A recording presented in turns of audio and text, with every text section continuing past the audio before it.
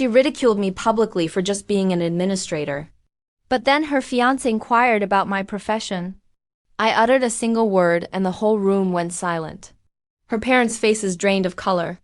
That's the moment she finally grasped my true identity.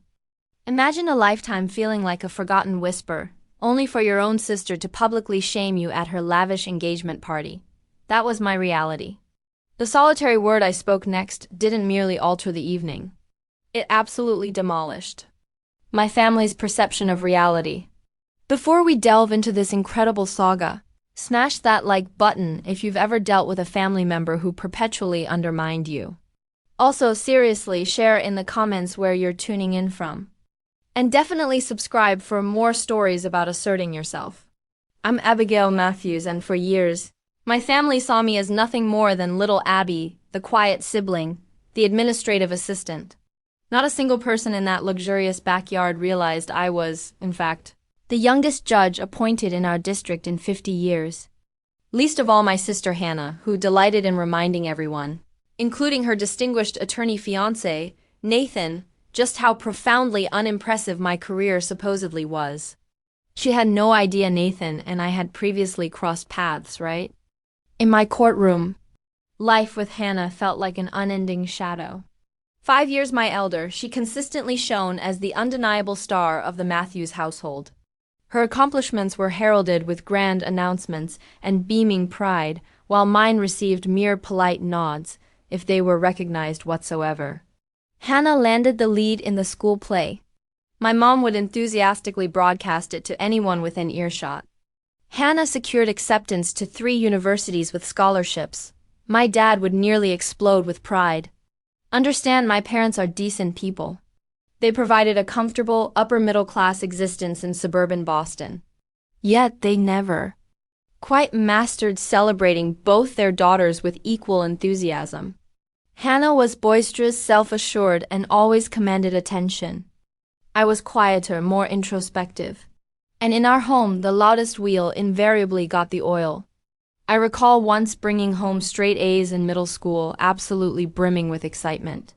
That very day, Hannah had been chosen for a regional debate team. Take a guess which accomplishment monopolized the dinner conversation. Abby's always been the low-maintenance one, my mom would often tell her friends. Hannah requires more focus, as if needing less attention somehow diminished my efforts' worthiness of acknowledgement.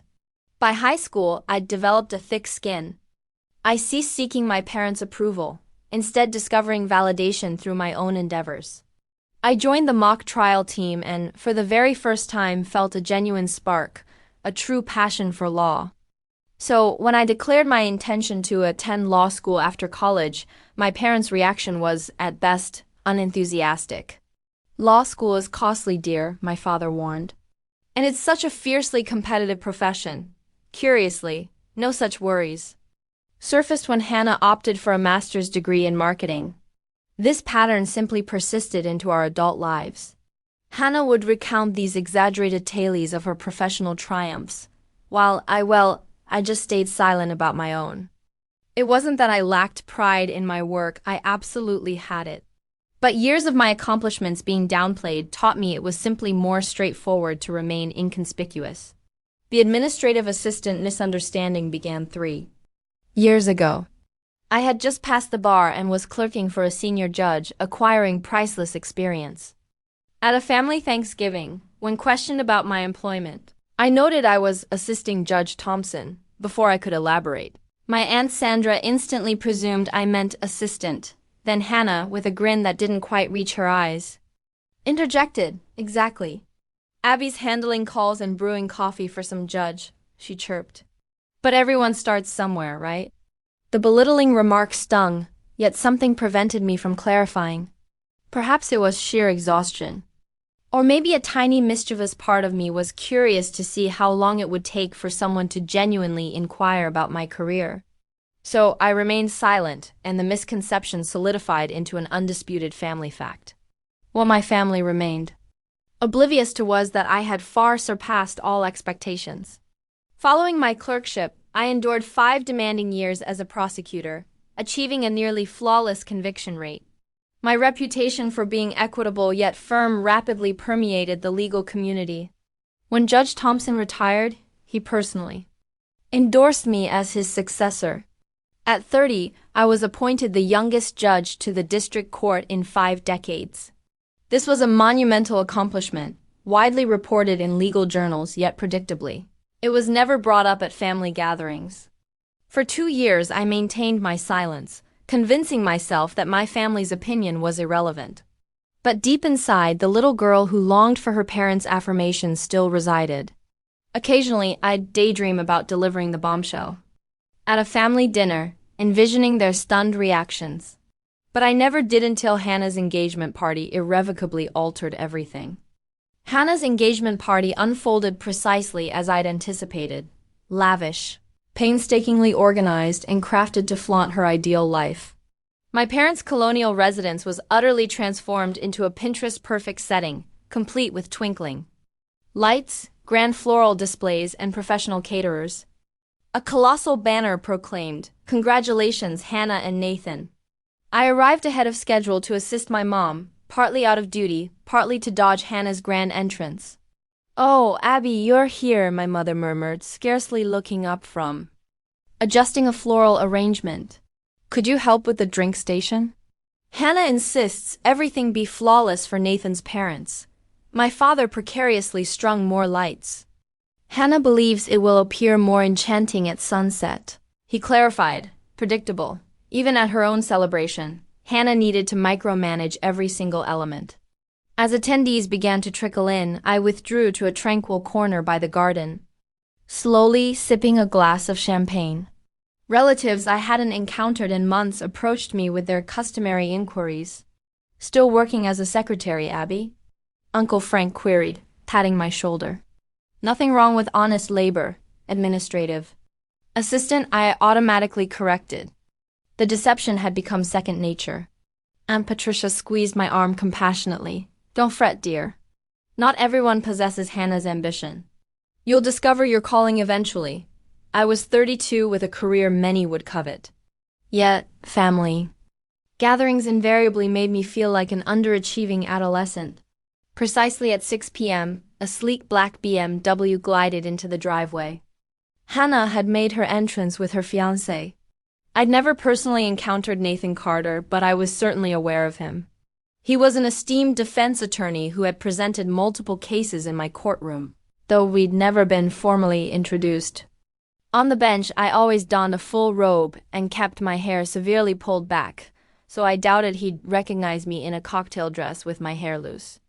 Hannah made a queenly entrance, dazzling in a costly designer dress, her diamond engagement ring glittering as she theatrically waved her left hand.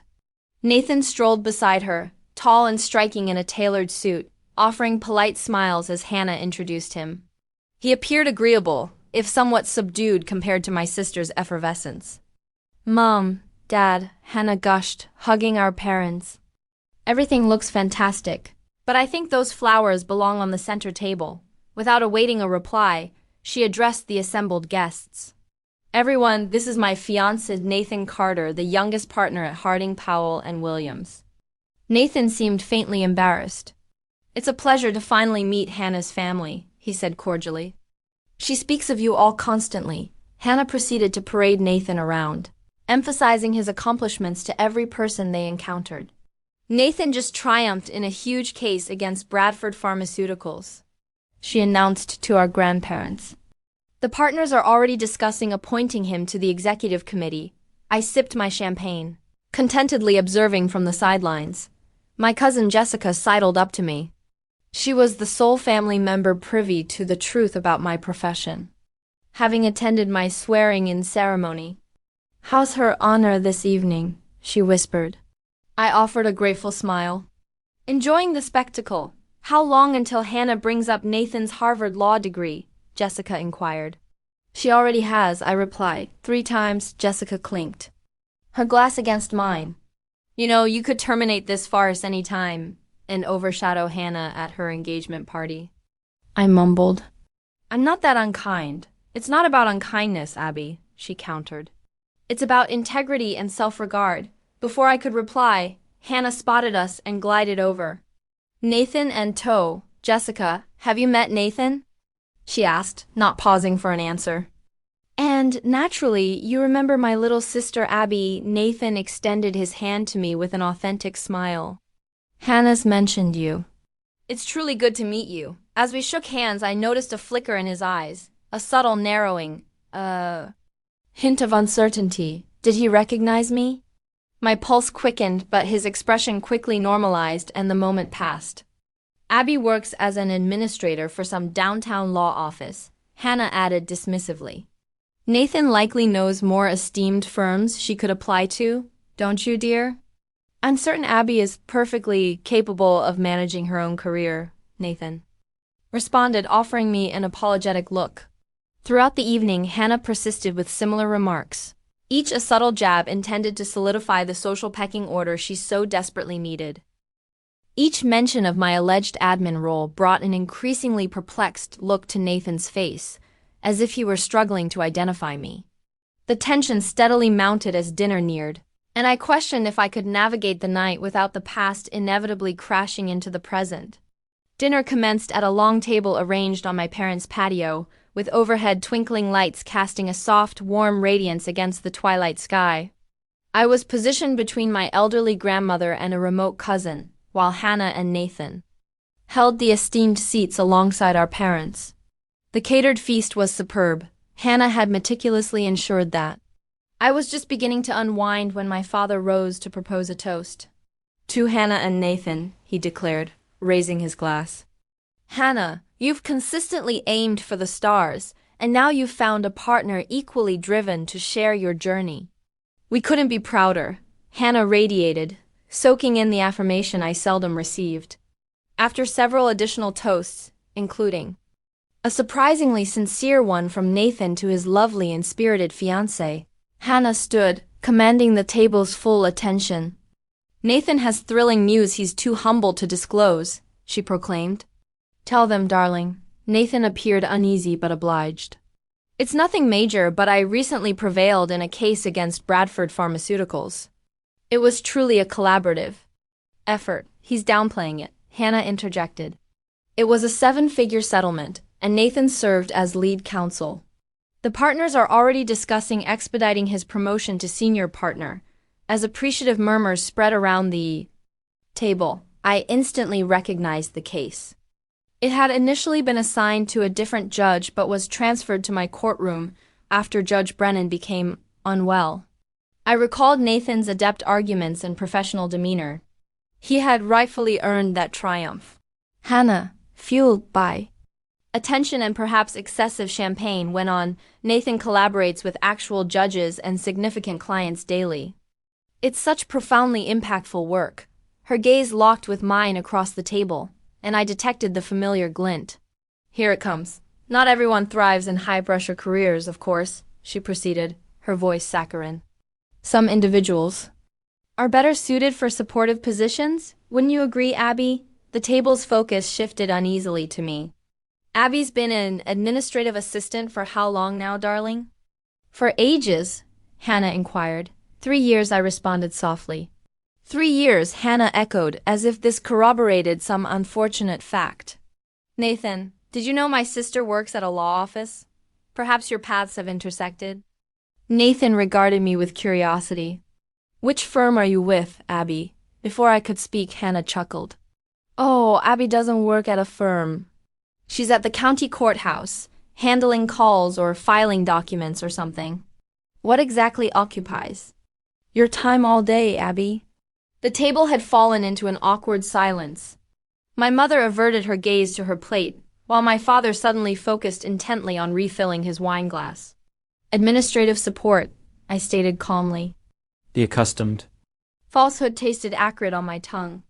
Hannah beamed triumphantly. "You see, some of us are destined for extraordinary things, others for brewing coffee. But we require both types in this world, don't we?" A few relatives offered strained chuckles. Uncle Frank cast me a sympathetic glance. My grandmother squeezed my hand beneath the table. "Hannah," Nathan murmured softly, a cautionary tone in his voice. But Hannah was unstoppable. perhaps misinterpreting Nathan's unease as embarrassment for her. It's perfectly fine, Nathan. Abby doesn't mind. She's always been the reserved one, content to fade into the background. Not all of us can be overachievers. She raised her glass. To knowing your place in the world, the toast lingered uncomfortably in the air, with scant participation. My cheeks burned, not from shame regarding my supposed role, but from sheer, unadulterated fury at Hannah's calculated malice and my parents' quiet acquiescence. Nathan was now scrutinizing me intently, his brow deeply furrowed. Matthews, he articulated slowly. Abigail Matthews from the county courthouse. Hannah radiated, pleased he was aligning with her narrative. Precisely, dear. Not everyone can litigate significant cases like you. Nathan shook his head subtly, his gaze still fixed on me. No, that's not ... Wait. His eyes abruptly widened. You're not administrative support. You're the moment hung suspended, frozen in time, as Nathan's memory finally pieced everything together. Abby, he said cautiously, what precisely is your role at the courthouse? Every gaze at the table swung towards me. Hannah's smile remained fixed, though perplexity now shadowed her eyes. My parents appeared utterly bewildered by the abrupt change in discussion. For 3 years I had upheld the deception, suppressing my pride and allowing my sister's contemptuous remarks to pass. In that instant, encountering Hannah's self-satisfied expression, something within me simply snapped. I drew a deep breath and met Nathan's eyes squarely. Judge, I declared. The lone word plunged into a chasm of silence, sending ripples of bewilderment across the table. What? Hannah queried, her smile wavering but not entirely vanishing. Don't be absurd. Nathan's face had become utterly still, full recognition. Now dawning, Judge Matthews, he stated softly. Northern District Court. My grandmother's hand clasped mine tighter beneath the table. That's preposterous. Hannah exclaimed, glancing between Nathan and me, her voice slightly elevated. Abby's an administrative assistant. She's informed us of that for years. I never explicitly stated that, I retorted, my voice more stable than I truly felt. 3 years ago, I merely mentioned I was assisting Judge Thompson. Everyone immediately presumed that meant as an assistant. I simply never rectified the misunderstanding. I've appeared in her courtroom at least 6 times. Nathan continued, still grappling with this revelation. Bradford Pharmaceuticals. That was your courtroom. My father set his wine glass down with a resounding thud. You're a judge? A real judge? My mother's face had turned ashen. But that's impossible. You would have shared something so significant. With us, around the table, relatives exchanged stunned glances, whispered discreetly, and re-evaluated every past interaction with me. The youngest judge appointed to the district in 50 years, Nathan added, a tone of respect now evident in his voice. I recall the announcement being made. I simply never linked Judge Matthews to Hannah's sister. Hannah's expression had utterly shifted. Shock morphed into disbelief, then into outright anger. This is ludicrous. You're fabricating this for attention. I am not, I stated softly. She is not, Nathan affirmed. Hannah, your sister presided over the Bradford case. She's exceptionally esteemed within the legal community. Why would you conceal this from us? My mother inquired, her voice hushed and wounded. I surveyed the faces of my family members around the table, some perplexed, some impressed, some mortified. Would it truly have mattered? I queried. Hannah was invariably the star. My accomplishments never seemed to register. That's incorrect, my father asserted weakly. Is it? I challenged. When I gained admission to law school, you cautioned me about student loan debt. When I passed the bar, it was briefly mentioned once at Sunday dinner and then never again. I ceased sharing my successes because no one appeared genuinely interested. Aunt Patricia gasped, covering her mouth. Oh, heavens. All those occasions I inquired if you'd secured a more fitting job. Uncle Frank looked utterly appalled. I told the judge of the Northern District Court that there was no dishonor in honest labor. In different circumstances, their responses might have been amusing. Hannah abruptly rose, her chair screeching harshly against the stone patio. "This is my engagement party," she seethed. "And you're attempting to usurp the spotlight, as always." "As always?"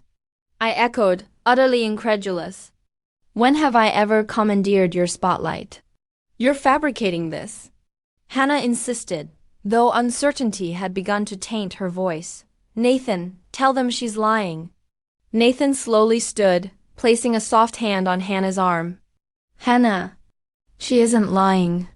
Judge Matthews is highly recognized in legal communities.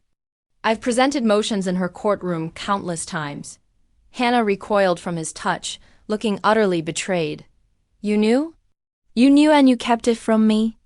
"I didn't make the connection until just this moment," Nathan clarified. Judge Matthews on the bench appears dissimilar. He vaguely gestured to my casual clothes and unbound hair. "Black robe, hair pulled back," I added. Different environment. My mother had begun weeping softly, my father mechanically patting her hand, while staring at me as if I were a complete stranger. Cousin Jessica, who had been observing the entire spectacle with ill-disguised satisfaction, finally spoke up. I attended her swearing-in ceremony. It was featured in all the legal journals. Youngest judge appointed to the Northern District in 5 decades. It was a monumental achievement, and none of you considered mentioning this to us. My father questioned, gazing around with accusation. "She requested I not," Jessica simply replied. Hannah remained standing, her face aflame with emotion. "This is just ideal. Even at my engagement party, you managed to make it all about you." "Hannah," Nathan softly interjected. "That's unjust," she scoffed bitterly. "What's unjust is realizing my fiancé apparently knows my sister better than I do. What's unjust is having my momentous evening spoiled by some perverse disclosure." With that, she flung her napkin onto the table and stormed indoors. Following an uncomfortable silence, Nathan mumbled an apology and pursued her. The remaining guests sat in strained silence. My grandmother again squeezed my hand and whispered, "I always sensed you were bound for greatness, dear." My parents appeared utterly stunned, my mother's makeup streaked with tears. "Why wouldn't you inform us of something so significant?" she repeated. Before I could reply, Uncle Frank cleared his throat. "I believe that's quite apparent, Elizabeth. You and Robert never truly noticed Abby's achievements." "That's false," my father protested, but his voice carried no conviction. The party effectively dissolved after that. Relatives fabricated clumsy excuses to depart, many pausing to congratulate me with a blend of mortification and newfound esteem. My parents lingered at the table, appearing bewildered and unsure. As the guests slowly dispersed, Nathan reappeared on the patio alone. "Hannah's distressed," he stated, quite needlessly. "She's asked me to drive her home." I nodded, unable to trust my voice. "For what it's worth," he added softly, "you're an exceptional judge, equitable and comprehensive. The Bradford ruling was impeccable." "Thank you," I managed. He paused, then concluded, "I'll speak with her once she's composed." This is a great deal for her to absorb. After Nathan departed, I found myself alone with my parents for the first time since the disclosure. The 3 of us sat in silence as the catering crew unobtrusively tidied around us. "I don't comprehend," my mother finally voiced. "We've consistently been proud of you, Abby. Have you?" I gently inquired. "Because it never seemed that way. We require time to digest this," my father said, raking a hand through his thinning hair.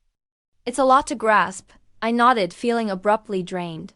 I should leave. Neither of them objected as I collected my belongings and exited, the burden of 3 years of deceit and a lifetime of being disregarded weighing heavily on my shoulders. As I drove to my vacant apartment, I mused whether I had finally broken free or merely deepened the divide within my already fragmented family. The morning following Hannah's engagement party, I awoke to 17 missed calls and 32 text messages. The majority were from extended family, spanning from apologetic to inquisitive. 3 were from my parents, requesting I contact them. None were from Hannah. I spent the day in an odd state of limbo, fluctuating between the relief that my secret was finally exposed and apprehension regarding the repercussions. A part of me desired to call Hannah, but another, the part that had tolerated years of her veiled criticisms, felt she should initiate contact. Around midday, my doorbell chimed. I opened it to find Nathan in my hallway, looking ill at ease. "Nathan," I uttered, surprised. "Is Hannah accompanying you?" "No," he responded. "She's unaware I'm here. May I enter?" I paused, then gestured him inside. My apartment was simply furnished, yet cozy, with law books meticulously organized on shelves and a few landscape paintings enlivening the walls. "Pleasant space," Nathan remarked, surveying the room. "Thank you. Would you care for some coffee?" He assented, and I occupied myself in the kitchen, appreciative of the brief diversion. When I returned with 2 mugs, Nathan was scrutinizing my law school diploma displayed on the wall. "Columbia," he observed. "Remarkable. Hannah attended NYU," I automatically stated, then corrected myself. The reflex of diverting commendation by shifting focus to Hannah was deeply entrenched. Nathan accepted the coffee with an appreciative nod. "Regarding last night," he began, "I wanted to express my regret." "You have no cause for apology," I stated. "I feel I do." "I should have recognized you earlier." I shrugged. "On the bench I appear different, more formidable." "It's more than that," he clarified, sipping his coffee. "Hannah had portrayed you so distinctly that I never made the link. She spoke of her little sister who was adrift, who required safeguarding. That hardly aligns with my perception of Judge Matthews." I chuckled without humor. "Hannah has always required me to appear less successful than her. It's how she establishes her own identity by comparing herself to others." Nathan slowly nodded. "I'm beginning to grasp that." He paused. "She was awake all night, vacillating between tears and fury over how you supposedly humiliated her." "I never aimed to humiliate her," I stated softly. "I simply couldn't tolerate it any longer." "I understand," he replied. "For what it's worth, I believe you exhibited extraordinary restraint. Most wouldn't have remained silent about such an accomplishment for so extended a period." We sat in momentary silence before he resumed. "There's something else you should be aware of. Hannah hasn't been completely candid about her own career." My eyebrows rose.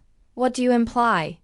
"She isn't a marketing executive, at least, not in the way she's portrayed it. She works in marketing, but she's a mid-tier account manager, not a director. She hasn't spearheaded any major campaigns. And the promotion she spoke of to everyone at Christmas never materialized." The disclosure astonished me. Hannah had always exuded such confidence regarding her achievements, so eager to recount her triumphs. "Why would she fabricate that?" I queried, though I already surmised the reason. "I believe she feels immense pressure to be extraordinary," Nathan carefully stated. "She mentions your parents' expectations, this need to be the successful daughter." "Our parents imposed that pressure on her, not me," I countered, feeling a flicker of compassion for my sister despite everything. "Did they?" Nathan gently probed. "Or did Hannah inflict that pressure upon herself?"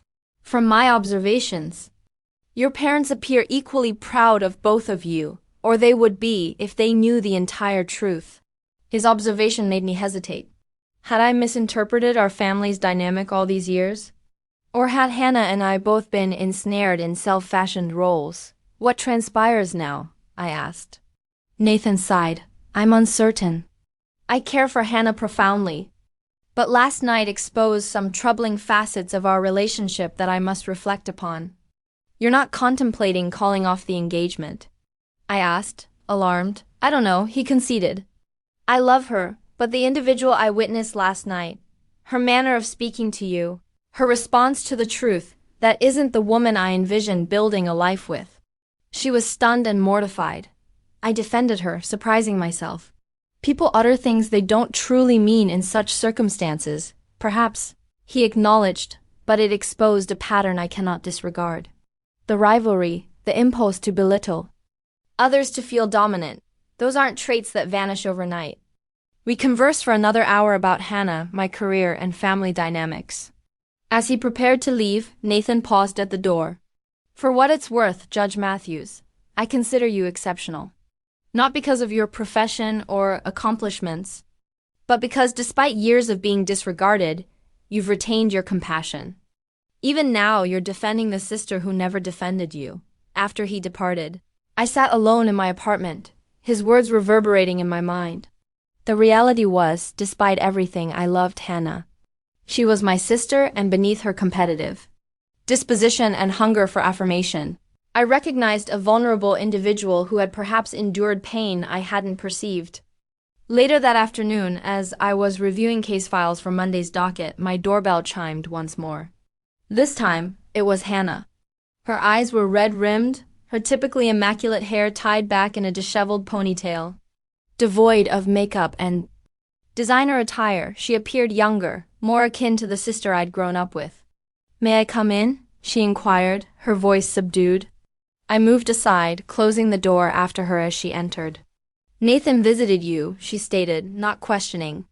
"Yes," I confirmed. "He informed me he did. He also mentioned he believes we should defer the wedding." I winced. "Hannah, I truly apologize. Do you?" she asked, but without her customary harshness. She sounded genuinely intrigued. "Yes," I stated resolutely. "I never intended to harm you or jeopardize your engagement." She moved towards the window, gazing out at the cityscape below. "Why didn't you reveal you were a judge?" The question I'd heard repeatedly since last night, yet emanating from Hannah, it held a different significance. Would it have made a difference? I gently inquired. She turned to confront me, and I was astonished to see tears in her eyes. "Of course, it would have mattered. You're my sister."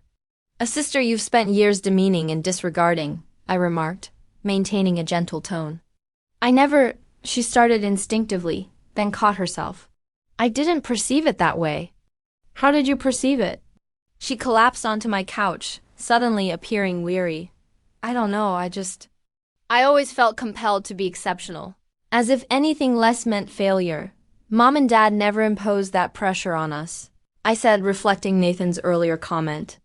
"Didn't they?" Hannah questioned. "Perhaps not explicitly, but it was always present, the expectations. The subtle disappointment when we fell short." I sat beside her, preserving a cautious space. "I believe we interpreted things quite differently." "Perhaps," she conceded.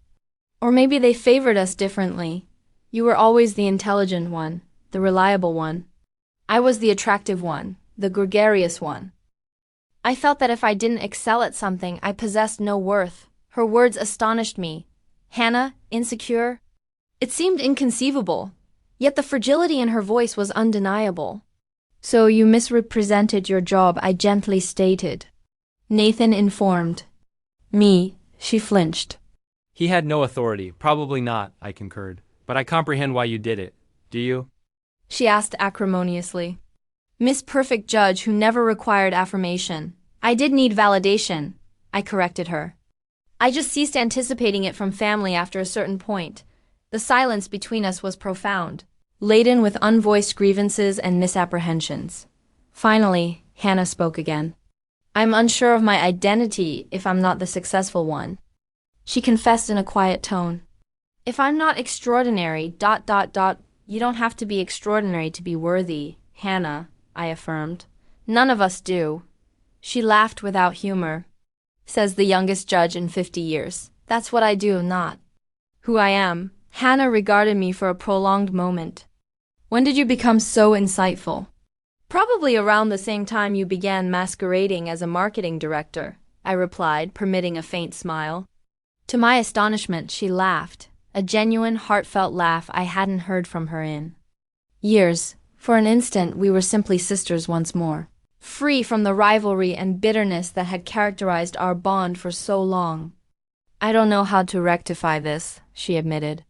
"With Nathan, with you, with everyone, perhaps begin with sincerity," I proposed. "It's proven rather effective for me thus far." She nodded slowly, then rose to depart. At the doorway, she turned back. "I am proud of you, Abby. I always have been." "That's part of the issue."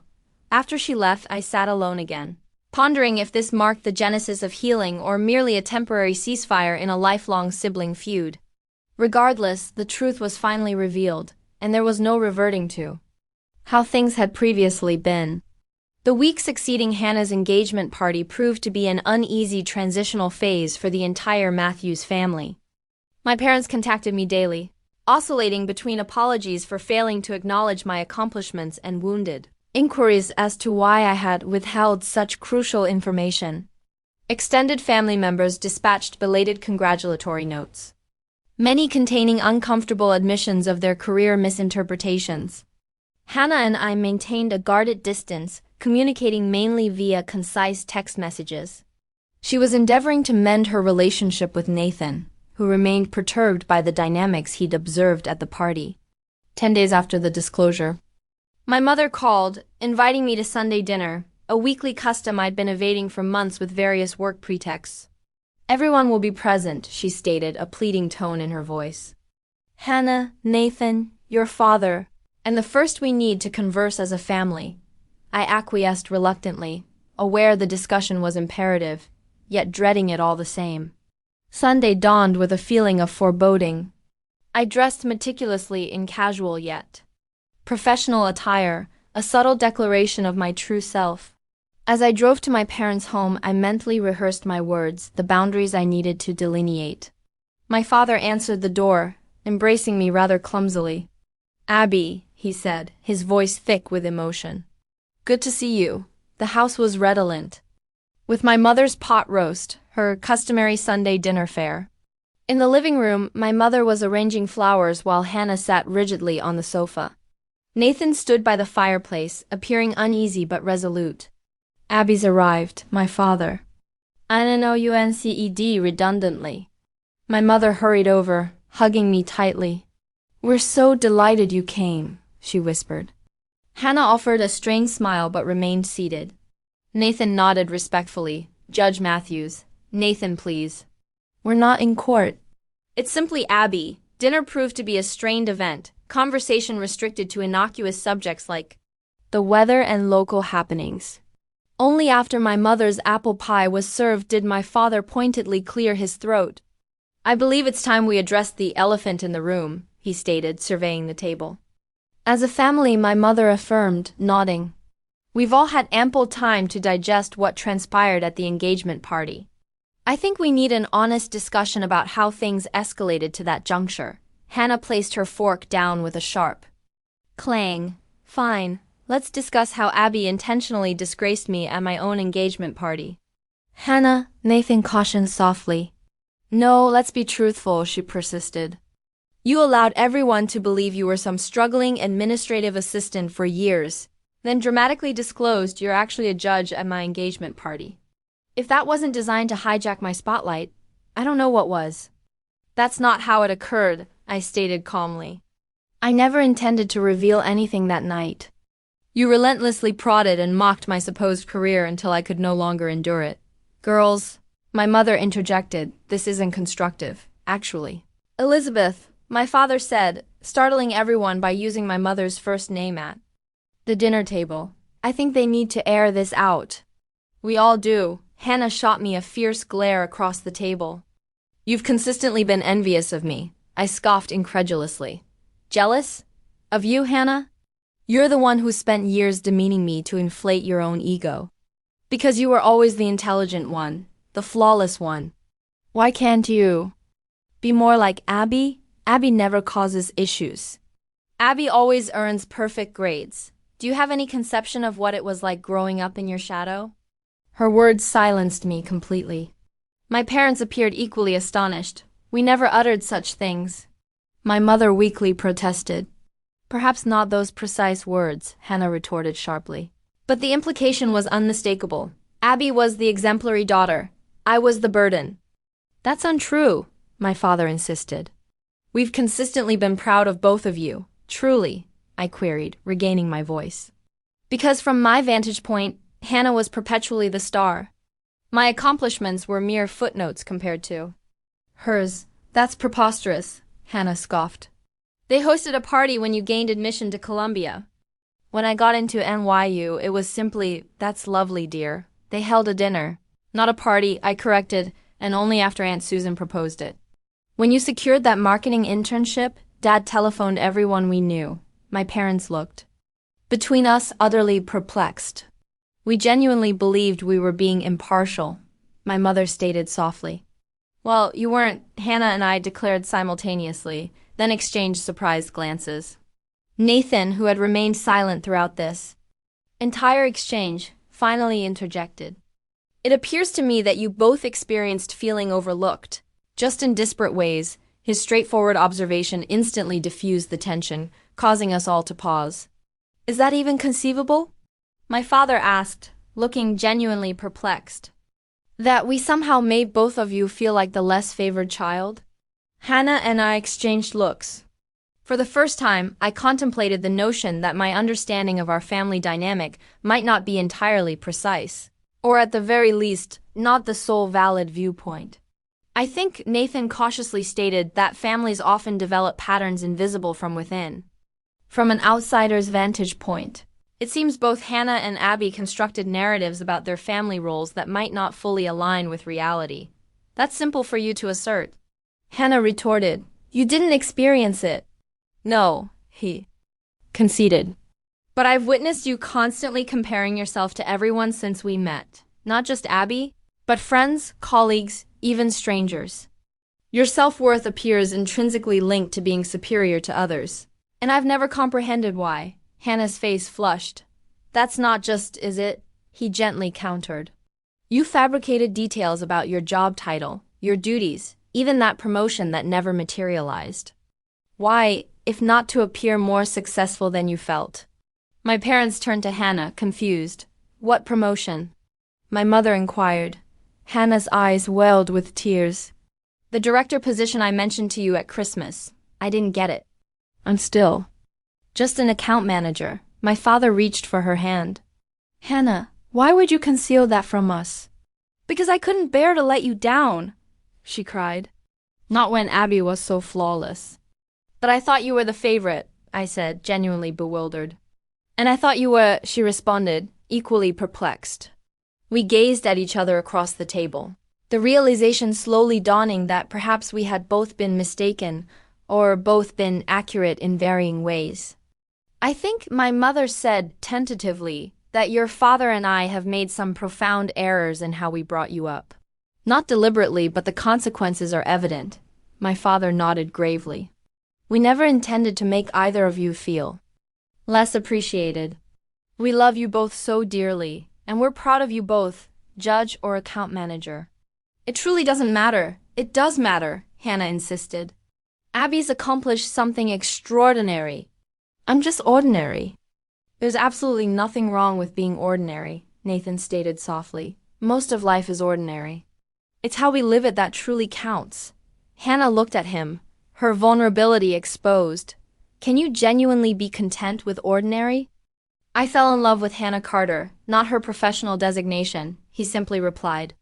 The conversation persisted for hours, with difficult truths surfacing alongside sincere efforts at mutual understanding. My parents acknowledged their part in fostering an atmosphere of comparison, however inadvertently. Hannah confessed her insecurities and the deceptions they had compelled her to tell. I admitted how I had, in a way, wielded my concealed success as a weapon, awaiting the opportune moment for its disclosure. None of us emerged without fault. But by the evening's conclusion, something had irrevocably changed. The meticulously built narratives we had all inhabited had disintegrated, paving the way for something potentially more genuine. As Nathan and Hannah got ready to depart, my sister pulled me aside. I apologize, she said simply. For a multitude of things. Me too, I responded. I don't know how to be your sister without vying against you, she confessed. Perhaps we can navigate it together, I proposed. She nodded, a hesitant smile gracing her lips. I'd appreciate that. It wasn't an ideal resolution. Decades of misapprehension couldn't be eradicated in one evening, yet it was a start, a truly honest beginning. As I drove home that night, I felt a lightness I hadn't experienced in years. The burden of secrecy and bitterness finally lifting from my shoulders.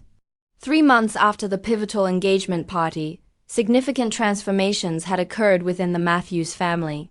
Hannah and Nathan had deferred their wedding, choosing a prolonged engagement instead, while Hannah sought therapy to confront her insecurities and competitive inclinations.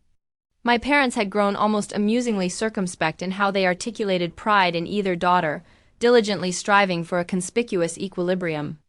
As for myself, I had fully embraced my identity, no longer concealing my position or accomplishments from anyone. My courtroom had even hosted a few family attendees, with my father proudly seated in the back row during a routine hearing, and my mother present for the conclusion of a high-profile case that made local headlines.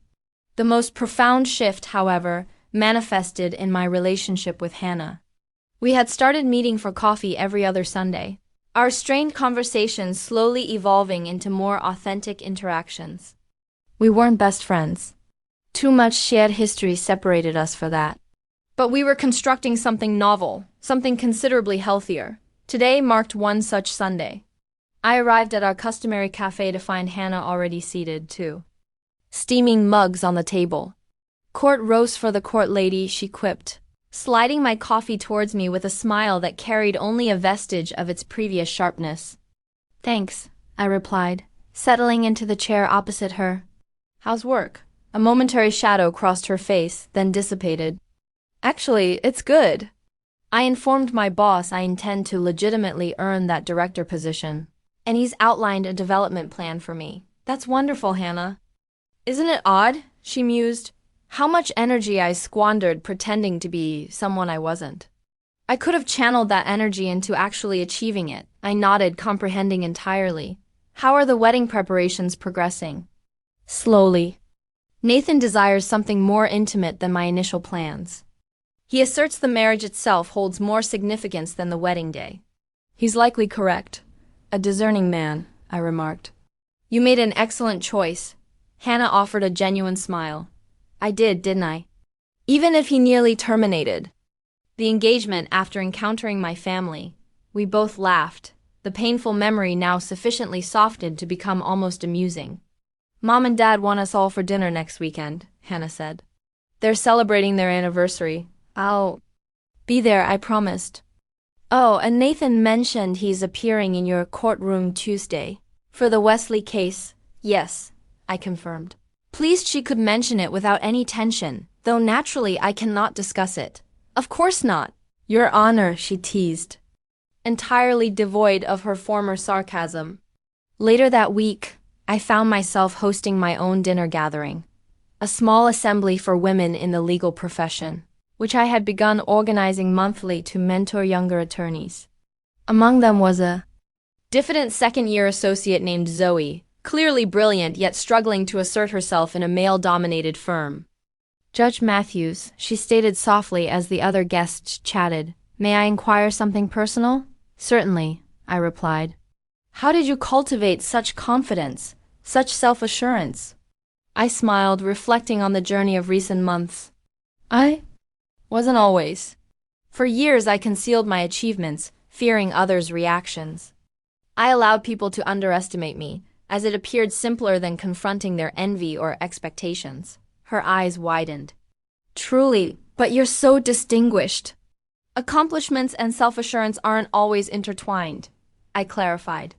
"I had to learn that suppressing my own capabilities served no one, not myself, not the individuals who could gain from my example, and certainly not those I attempted to shield by making myself smaller." "What prompted the change?" she asked. "I came to understand that my value wasn't dictated by other people's opinions. And by disavowing my own success, I was, in fact, reinforcing the notion that it was something to be embarrassed about." Zoe nodded pensively.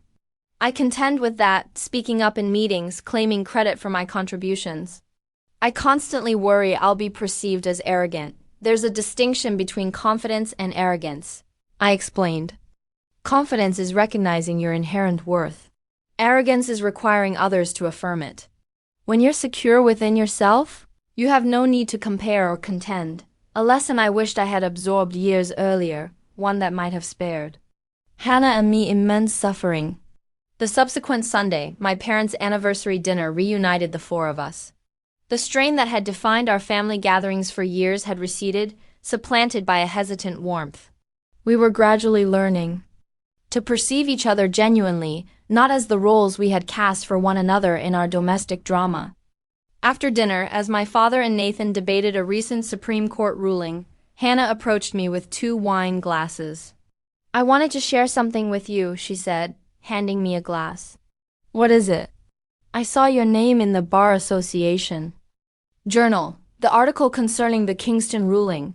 The Kingston case had been formidable. A convoluted corporate fraud demanding months of hearings and careful deliberation. My judgment had, in fact, been highlighted in legal publications for its meticulousness and lucidity. "It was a challenging case," I conceded. "The article hailed you as one of the most promising judicial intellects of your generation," Hannah continued. And I realized I wasn't astonished. Even as children, you always viewed things uniquely, with greater clarity than anyone else. Coming from Hannah, this unadorned acknowledgement held more weight than all the professional commendations combined. "Thank you," I said, genuinely touched. "I'm proud of you, Abby," she stated, the words seemingly effortless now.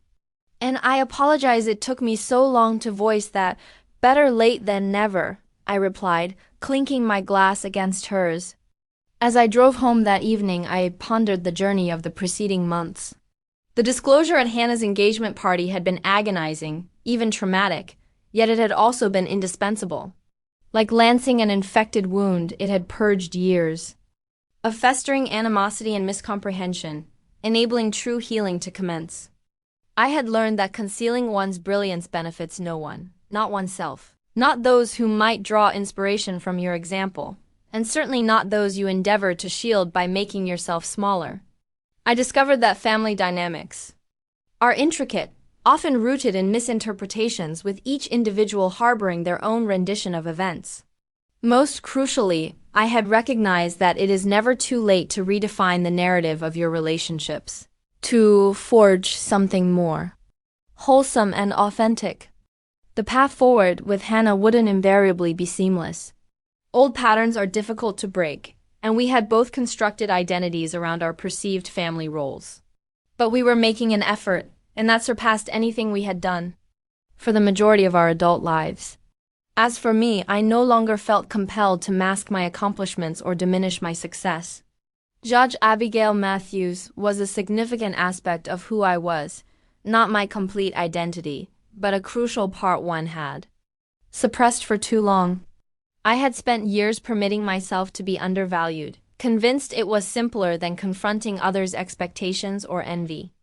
In actuality, I had only been constraining myself and perpetuating detrimental patterns. The truth, once finally unveiled, had been agonizing, yet ultimately emancipating. Have you ever concealed facets of yourself to put others at ease? Have you dimmed your own light to avoid eclipsing someone else? I discovered through difficult experience that genuine relationships can only be forged on truth, even when that truth is challenging. If my narrative resonated with you, please like this video and subscribe for more stories about family dynamics and personal growth. Leave a comment sharing your own experiences with sibling rivalry or family miscommunications. Your account might help someone else feel less isolated. Thank you for tuning in, and remember, you never need to diminish yourself for another's comfort.